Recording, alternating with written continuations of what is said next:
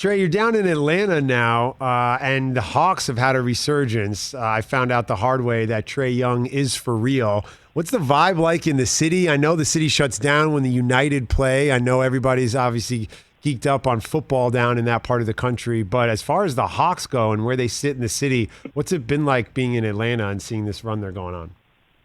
Oh, it was incredible.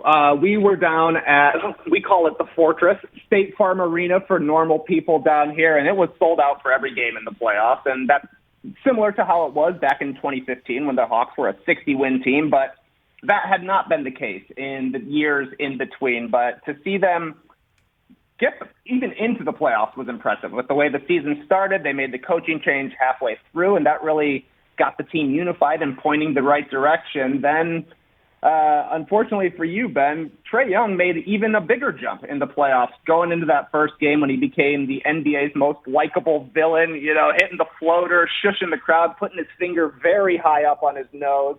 It got people fired up. I feel like it won fans for the Hawks, not just in Atlanta, which, was excited to have a basketball team doing well again, but also around the league. It's been a while since the Hawks have had a marketable star. Even when they were at their best, Joe Johnson and Al Horford and Paul Millsap, they're all all-star caliber players, but they don't have necessarily the cultural cachet that Trae Young does. So with a flashy player and a young player that it feels like you can actually build something around, it's been really exciting to have that happening here in Atlanta, especially considering the way they did the offseason last year. They signed a whole bunch of veterans, and we're saying, okay, it feels like they got a lot of players here. Let's see if they all pan out and if they're able to gel together. Took a little bit of time before they actually got on the same page, but once they did, it looked really good, and now you got to assume that the future is pretty bright here in Atlanta, especially considering once a guy like DeAndre Hunter comes back, we'll see how Cam Reddish progresses, but